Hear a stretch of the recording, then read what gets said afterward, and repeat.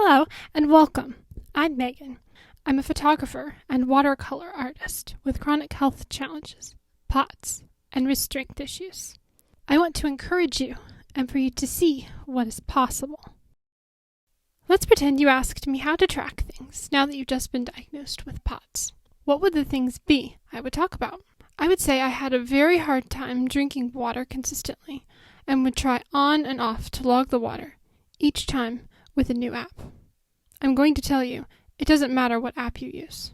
That's like not starting watercolor because you don't have the right brush. You can get started with whatever you have and learn and grow from there. Let's talk about how to track water, medicines, sleep and heart rate, walking, and blood pressure. Then, I'll share with you a few other bonus apps. Quick note, get yourself a dedicated note app for writing down quick thoughts before you forget them. Water. I've tried the water tracking apps, like probably all of them, including trying to set 12 timers in the clock app. If you set too many timers, you will ignore all of them. At least that's what happens to me. So we need a little strategy here. There are two things I find helpful. 1. Drink water before you go to the bathroom. 2. Log water when you have it, and don't ever log water you think you had a while ago. It's better to underlog than overlog water. I use Waterminder. I like the home screen widget. The cool thing about this widget is it will tell you when you haven't had water in an hour or two. It's hard to know you need water when you haven't had water consistently, so the reminder is really helpful. The other thing I started doing is tracking in 4, 8, and 12 segments. When I drink water, I will strategically drink one of those amounts each time, so I can log it easily. It doesn't work for me to only use one bottle of water. I usually have 3, of the same Tupperware Eco Water Bottle, 16 ounces. It helps to finish one off and already have another filled one right there. When I go to bed, I have 2 to 3 bottles of water next to my bed.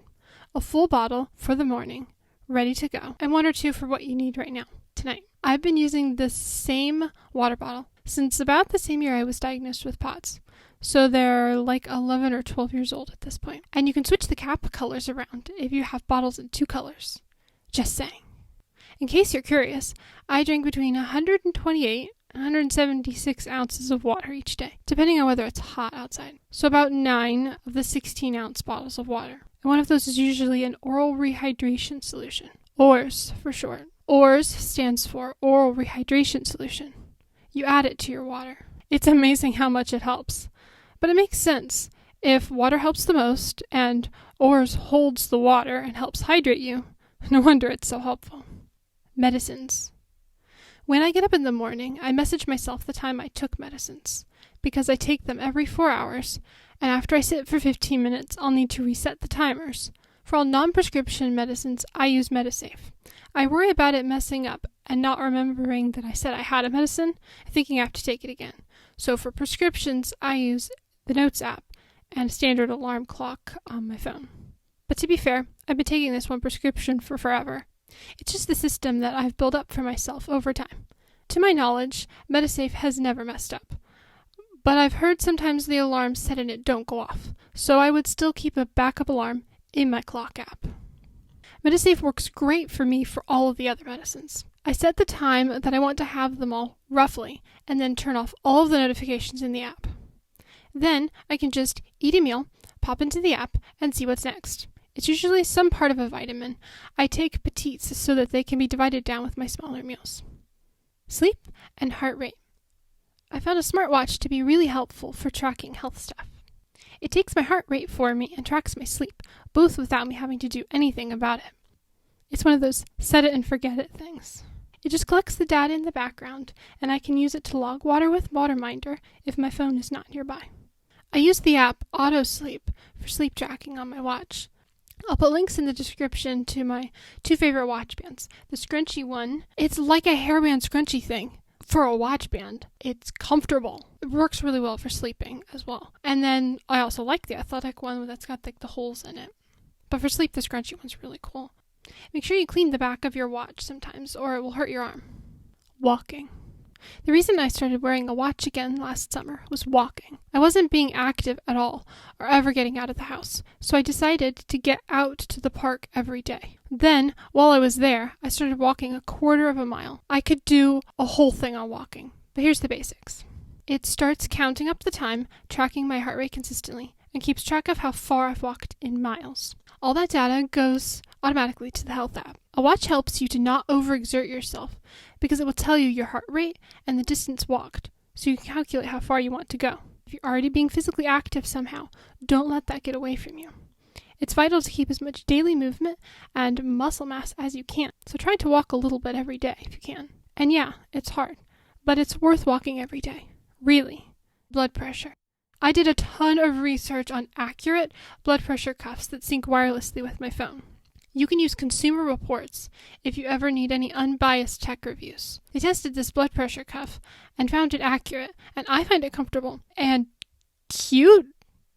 It's a little size. I put a sticker on it, and it fits in an Ipsy makeup bag. I like the app that it syncs with. It works really well. If you're going to buy a wireless blood pressure cuff, look up the reviews on the app that it syncs with in your app store, as well as the product reviews. Bonus apps. You don't have to start using them all at once. Pick one and give it the amount of time it takes to form a habit, say 28 days, and then pick another one. MyFitnessPal. I've been logging food in MyFitnessPal for 1,362 days.